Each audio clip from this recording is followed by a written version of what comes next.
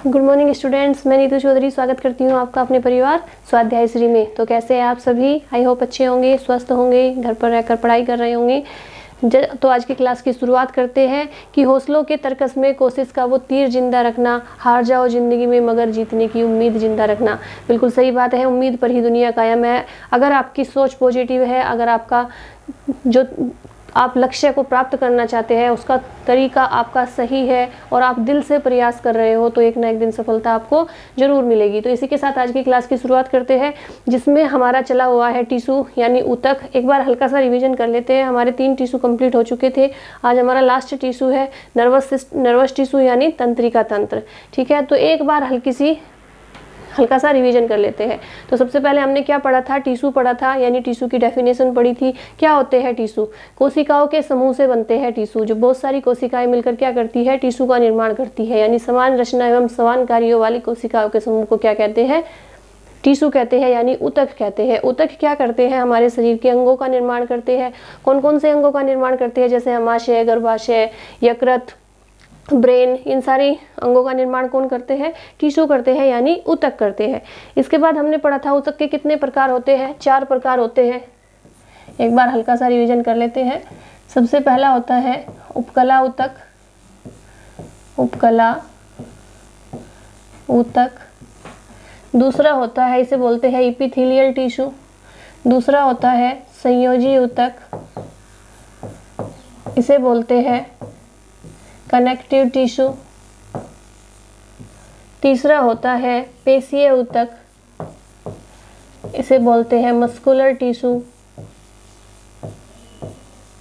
और चौथा होता है तंत्रिका ऊतक, जिसे बोलते हैं नर्वस टिश्यू। ठीक है, तो ये 4 प्रकार के मैंने आपको ऊतक बताए थे। इसमें से सबसे पहला ऊतक कौन सा था? उपकला ऊतक। इसके मैंने 2 भाग बताए थे आपको। इसके 2 प्रकार होते हैं। कौन कौन से? सरल उपकला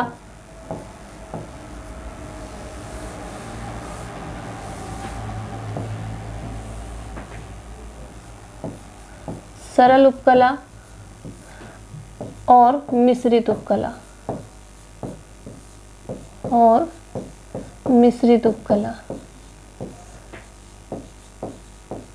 ठीक है, इसके कितने प्रकार होते हैं? ये 5 प्रकार की होती है और मिश्रित उपकला भी 5 प्रकार की होती है। इसके प्रकार मैं आपको पढ़ा चुकी हूँ। उसके बाद आता है संयोजी ऊतक यानी कनेक्टिव टिश्यू। कनेक्टिव टिश्यू क्या होता है? ये मैंने आपको बताया था, जो हमारे शरीर की विभिन्न रचनाओं को आपस में बांध कर रखते हैं, वो होते हैं कनेक्टिव टिश्यू। उपकला ऊतक हमारे आंतरिक जो अंग होते हैं उनकी सतहों पर पाए जाते हैं। ये 2 प्रकार के होते हैं, सरल उपकला, मिश्रित उपकला। इसमें आपको याद रखना है कि सरल उपकला के जो 5 प्रकार हैं उनसे कौन कौन से अंग बनते हैं, मिश्रित उपकला के जो उनसे 5 प्रकार हैं उनसे कौन कौन से अंग बनते हैं। इसे पढ़ने के लिए आप पिछली क्लासेज ले सकते हैं। संयोजी ऊतक आ जाता है। इसके मैंने आपको 10 प्रकार बताए थे। 10 के मैंने आपको नाम लिखवा दिए थे। ठीक है, इसके बाद आता है पेशीय ऊतक। पेशीय ऊतक में मैंने आपको 3 प्रकार की पेशियां बताई थी। कौन कौन सी? ऐच्छिक पेशी, वॉलेंटरी मसल, अनैच्छिक पेशी, इनवॉलेंटरी मसल, और तीसरी बताई थी मैंने हृदय पेशी यानी कार्डियक मसल, हृदय पेशी। ठीक है, तो 3 प्रकार की पेशियां मैंने आपको पिछली क्लास में कराई थी। आज हम पढ़ेंगे तंत्रिका ऊतक यानी नर्वस टिश्यू। क्या पढ़ेंगे? आज हम पढ़ेंगे नर्वस टिश्यू। ठीक है, तो आज कॉपी और पेन लेके बैठिए आप लोग, फटाफट से नोट डाउन करते हुए चलेंगे। हम पढ़ेंगे नर्वस टिश्यू।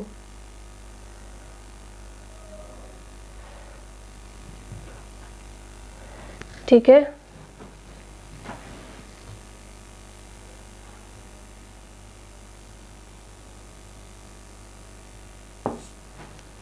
चलिए तो हेडिंग डालेंगे, क्या होते हैं नर्वस टिश्यू? तंत्रिका ऊतक। तंत्रिका ऊतक किस में पाए जाते हैं? सबसे ज़्यादा तंत्रिका तंत्र में ही पाए जाते हैं। कहाँ पे? इनका जो संपूर्ण भाग होता है वो कहाँ पे होता है? तंत्रिका तंत्र में, यानी नर्वस सिस्टम में होता है। ठीक है, फटाफट से लिखते हुए चलेंगे मेरे साथ साथ। ठीक है, चलिए दिखाई दे रहा है ना? हाँ, यहाँ पे लिखेंगे, हेडिंग डालेंगे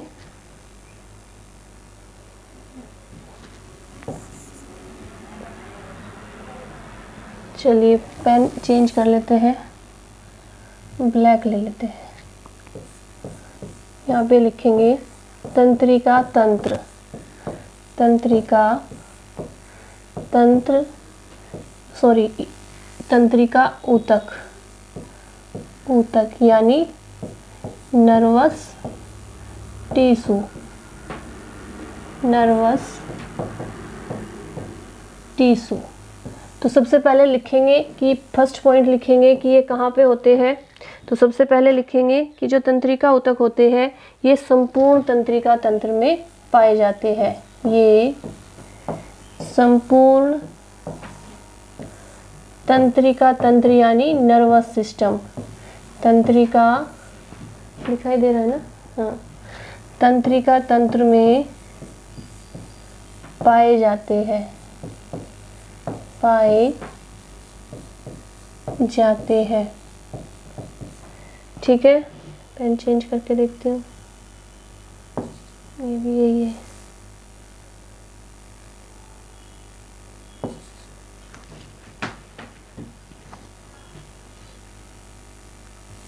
चलिए दूसरा पॉइंट लिखेंगे इसमें कि तंत्रिका ऊतक विशेष रूप से क्या करता है, संवेदनाओं को ग्रहण करता है। तंत्रिका ऊतक, इसका विशेष कार्य क्या है, तंत्रिका ऊतक विशेष रूप से संवेदनाओं को ग्रहण करता है। संवेदना यानी दुख सुख जितनी भी इमोशंस होते हैं उन्हें ग्रहण करता है, संवेदनाओं को ग्रहण करता है, ग्रहण करता है। मेरे साथ साथ ही आप लोग नोट डाउन करते रहिए तो आपका भी साथ साथ ही कंप्लीट हो जाएगा। इसके बाद क्या आता है, इसके बाद आता है कि उत्तेजित होने पर यह ऊतक क्या करता है, अन्य ऊतक जो होते हैं, अन्य टिश्यूज जो होते हैं, जब ये ऊतक उत्तेजित हो जाता है तो जो अन्य टिश्यू है, अन्य ऊतक है, उन तक आवेगों को पहुंचाता है। तो नेक्स्ट पॉइंट क्या लिखेंगे, उत्तेजित होने पर, उत्तेजित होने पर यह ऊतक आवेगों को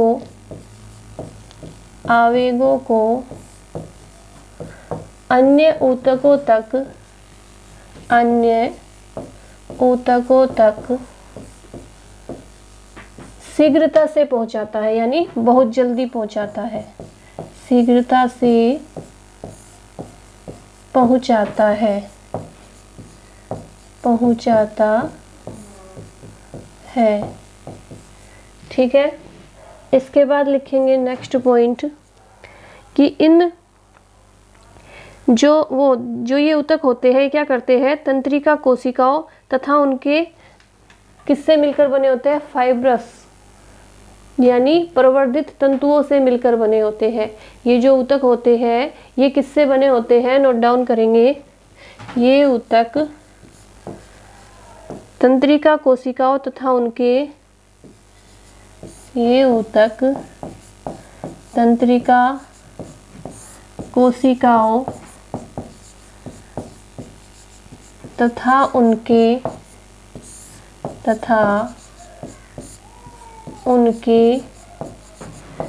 प्रवर्धित तंतुओं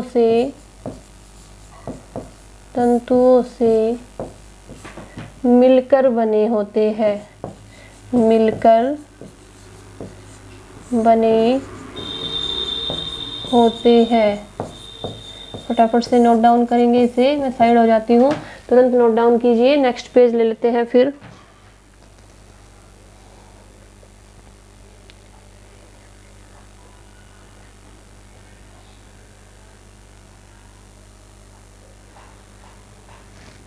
नेक्स्ट पेज ले लेते हैं।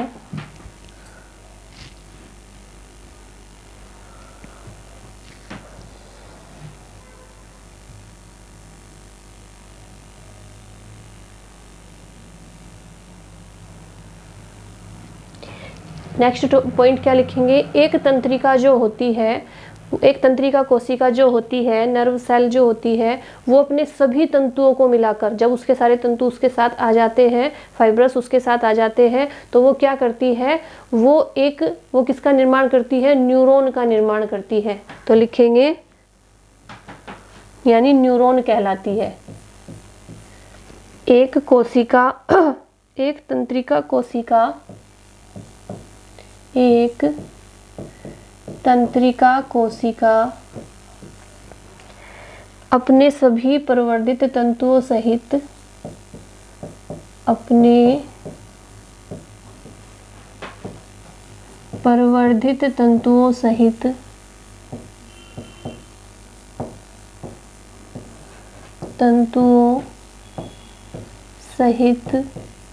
क्या कहलाती है, न्यूरॉन कहलाती है। न्यूरॉन कहलाती है। न्यूरॉन क्या होते हैं, जब हम ब्रेन पढ़ेंगे तब हम न्यूरॉन को अच्छे से डिफाइन करते हुए चलेंगे। यानी हमारे मस्तिष्क का 90% भाग जो होता है वो न्यूरॉन होता है। जब मैंने आपको सेल पढ़ाया था तब मैंने आपको बताया था कि जो 10% भाग होता है वो उसे क्या बोलते हैं, गिलियल सेल बोलते हैं। और जो न्यूरॉन है उसमें कोशिका विभाजन नहीं होता, यानी सेल डिवीजन नहीं होता। यानी एक कोशिका से सेल डिवीजन क्या होता है, एक कोशिका से 2 कोशिकाओं का बनना, 2 कोशिकाओं से 4 कोशिकाओं का बनना। तो हमारे न्यूरॉन में सेल डिवीजन नहीं होता। इसीलिए आपको बोला जाता है हेलमेट पहनने के लिए कि अगर आपके सर पे चोट लग जाती है तो वहाँ पे ठीक होने के चांस नहीं होते, क्योंकि वहाँ पे सेल डिवीजन नहीं होता। अगर शरीर के किसी और अंग में, हाथ पैर या गर्दन या कहीं पे चोट लग जाती है तो वहाँ पे सेल डिवीजन हो जाता है, कोशिका विभाजन हो जाता है।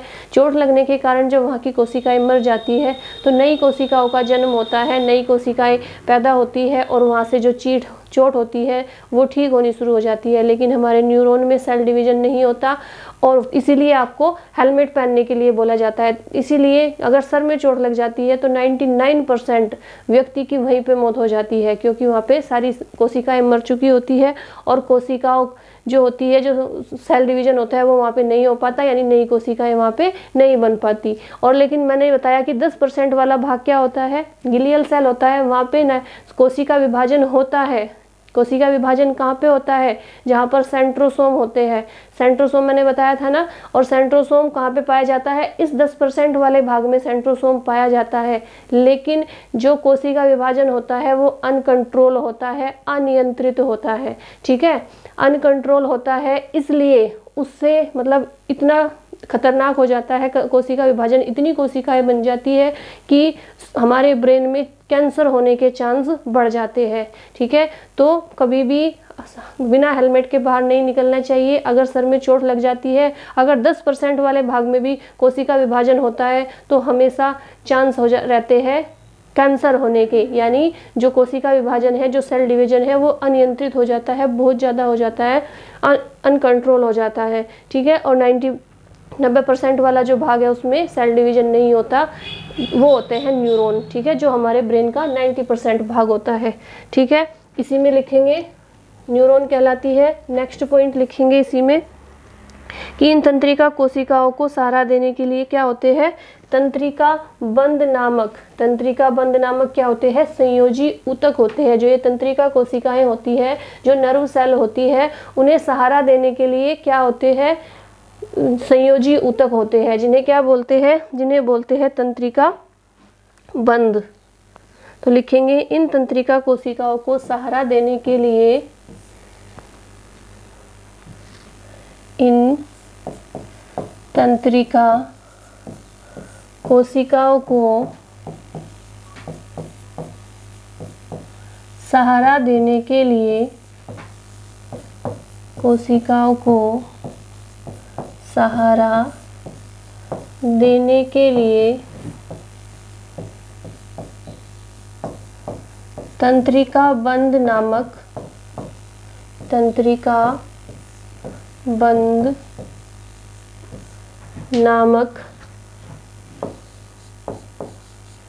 संयोजी ऊतक पाए जाते हैं।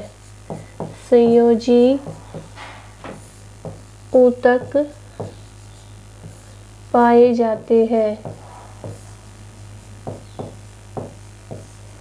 ठीक है, नेक्स्ट पॉइंट लिखेंगे इसी में कि न्यूरॉन ही हमारे तंत्रिका तंत्र की क्या होती है, कार्यात्मक एवं संरचनात्मक इकाई होती है। न्यूरॉन ही हमारे तंत्रिका तंत्र की यानी नर्वस सिस्टम की, तंत्रिका तंत्र की कार्यात्मक एवं संरचनात्मक यूनिट होती है या इकाई होती है। संरचनात्मक इकाई होती है, इकाई होती है। फटाफट से लिखेंगे।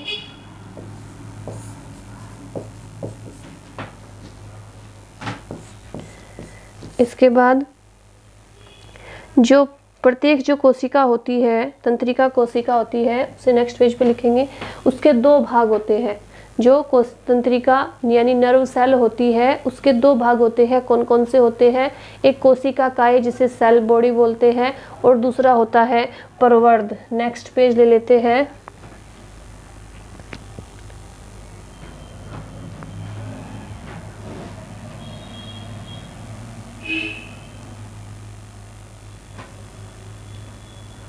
ठीक है, तो लिखेंगे प्रत्येक तंत्रिका कोशिका के, प्रत्येक तंत्रिका कोशिका के, तंत्रिका कोशिका के दो मुख्य भाग होते हैं। दो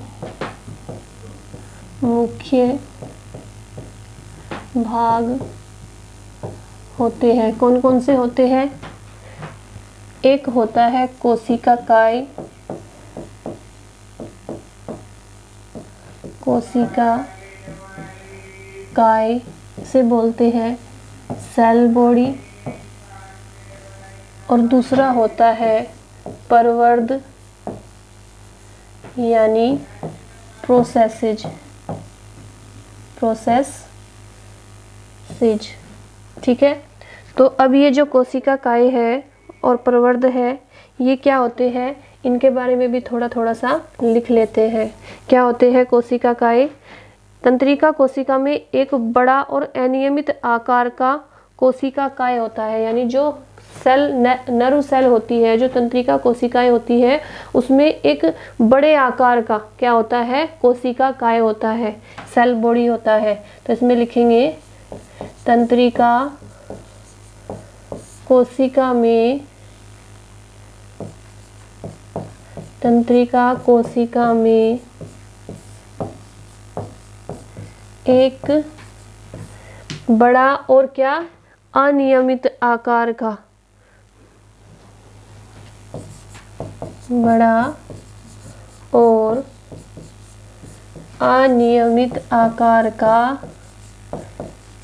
यानी जिसका कोई आकार नहीं है अच्छे से, अनियमित आकार का कोशिका काय होता है या सेल बॉडी होती है। कोशिका काय होता है, कोशिका काय होता है।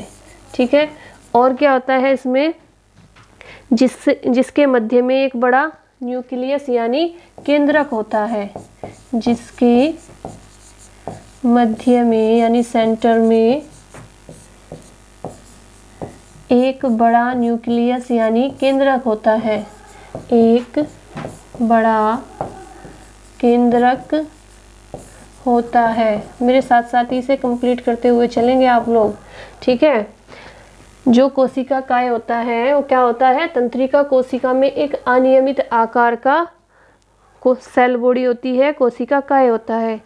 जो इसके मध्य में क्या होता है, इसके मध्य में एक बड़ा न्यूक्लियस यानी केंद्रक होता है, और इसके बाहर क्या होता है, कणिका में साइटोप्लाज्म रहता है। इसके बाहर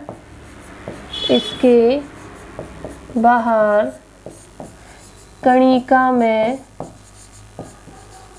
साइटोप्लाज्म रहता है। साइटोप्लाज्म में आपको अच्छे से पढ़ा चुकी हूँ। इसे पढ़ने के लिए आप लोग सेल वाले चैप्टर पे जाइए।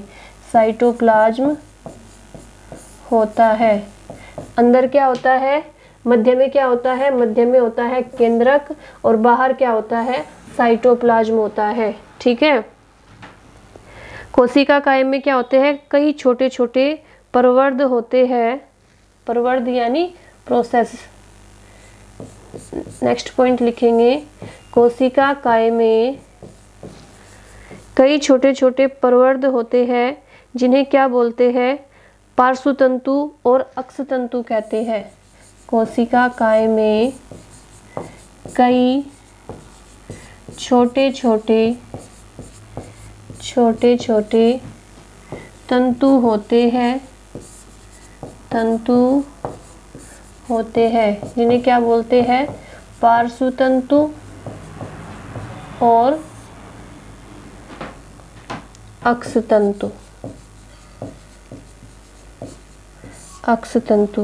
पार्श्वतंतु को क्या बोलते हैं, एक्सोन बोलते हैं, एक्सोन, और इसे क्या बोलते हैं, डेंटाइट बोलते हैं,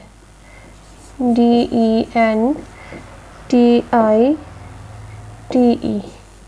ठीक है।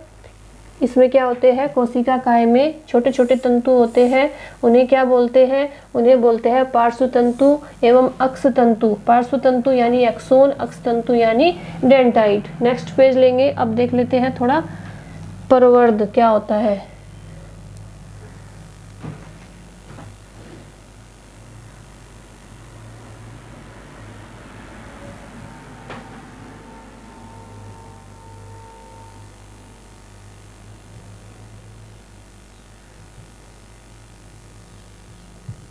ठीक है।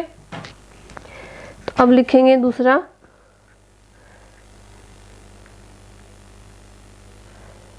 जो ये पार्श्वतंतु होते हैं एक्सोन और डेंटाइट, या पार्श्वतंतु और अक्षतंतु, इन्हीं के द्वारा क्या होते हैं, जो कोशिका, जो नर्व, क्या कोशिका तंतु होते हैं यानी नर्व सेल होती है, वो क्या करती है, इन्हीं के द्वारा ये तंत्रिका आवेग कोशिका काय तक पहुंचते हैं। इन्हीं के जो पार्श्व तंतु और एक्सोन होते हैं, इन्हीं के द्वारा क्या करते हैं, आवेग कोशिका काय और तंत्रिका तंत्र तक पहुंचते हैं। ठीक है। आगे लिखेंगे दूसरे पॉइंट पे, प्रवर्ध यानी प्रोसेसेज।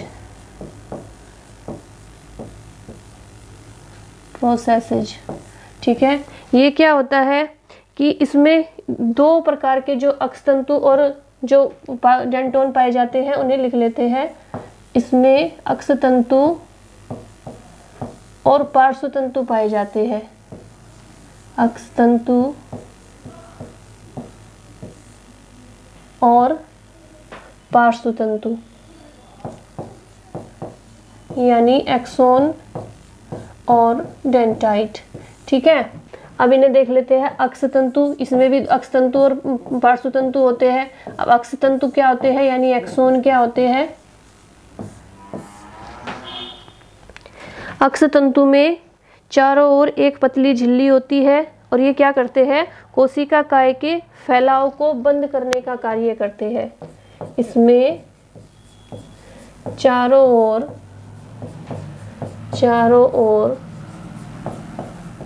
एक पतली झिल्ली होती है, एक पतली झिल्ली होती है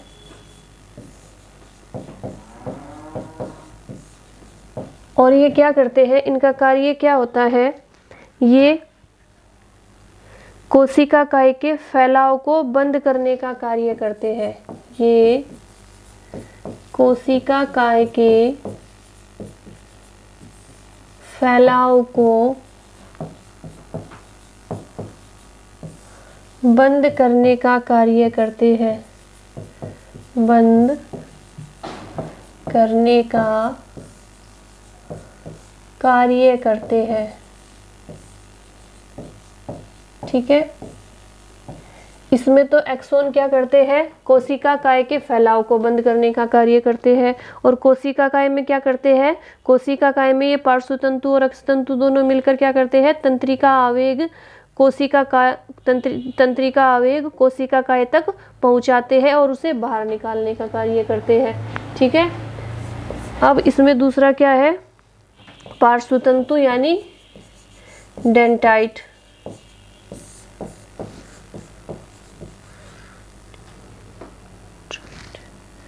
डेंट्राइट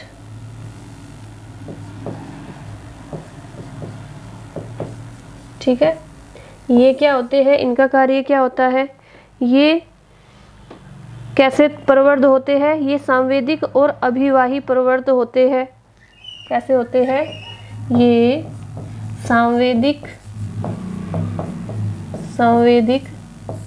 और अभिवाही तंतु होते हैं, प्रवर्ध होते हैं।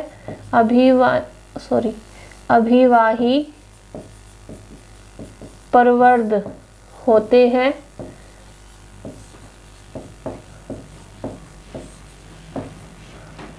और क्या करते हैं, इनका कार्य क्या होता है, ये तंत्रिका, ये इस प्रकार के तंतु कैसे होते हैं, बहुत छोटे होते हैं और इनमें बहुत सी शाखाएं फूटती है। इस प्रकार के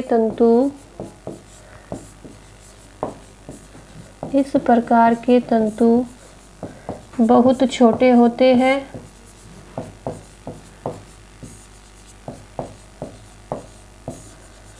और इनमें बहुत सी शाखाएं फूटती है।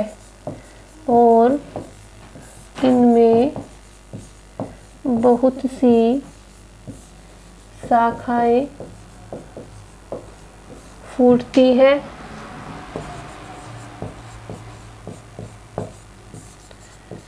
ठीक है, इन्हीं के ये जो होते हैं तंत्रिका कोशिका में, इनकी संख्या अलग अलग होती है और प्रत्येक प्रकार की कोशिका में एक अक्षतंतु अवश्य रहता है और सभी क्या रहते हैं, पार्श्वतंतु रहते हैं। यानी प्रत्येक कोशिका में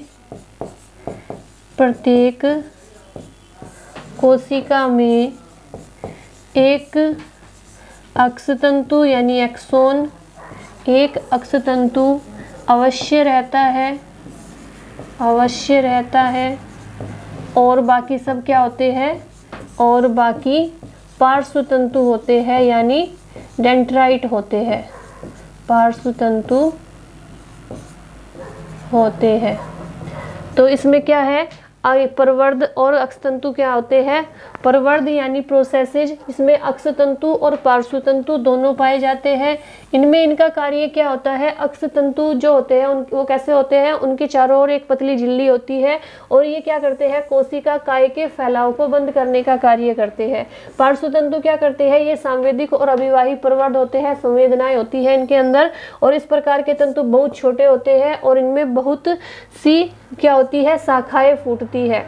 ठीक है, प्रत्येक कोशिका में एक अक्षतंतु अवश्य रहता है, यानी जितनी भी कोशिकाएं हैं उनमें एक अक्षतंतु अवश्य होगा और बाकी सारे तंतु कैसे होंगे, प्रवर्ध पार्श्वतंतु होंगे यानी डेंट्राइट होगी। ठीक है, तो ये क्या हो जाता है, हमारा कंप्लीट तंत्रिका ऊतक हो जाता है यानी नर्वस टिश्यू कंप्लीट हो जाता है। इसके बाद हमें क्या करना है, इसके बाद हमें पढ़ना है नेक्स्ट चैप्टर यानी अस्थितंत्र। कल की क्लास में हम नेक्स्ट चैप्टर शुरू करेंगे। आज के लिए इतना ही रखेंगे और प्लीज़ वीडियो को ज़्यादा से ज़्यादा शेयर कीजिए, लाइक कीजिए, चैनल को सब्सक्राइब कीजिए और हमसे जुड़ने के लिए आपको चैनल को सब्सक्राइब करना ही पड़ेगा। उसके बाद आपको वीडियो की नोटिफिकेशन मिलती रहेगी। डेली आपकी क्लास होती है। प्लीज़ वीडियो को ज़्यादा से ज़्यादा शेयर कीजिए। आज के लिए इतना ही रखेंगे। धन्यवाद। जय हिंद, जय भारत।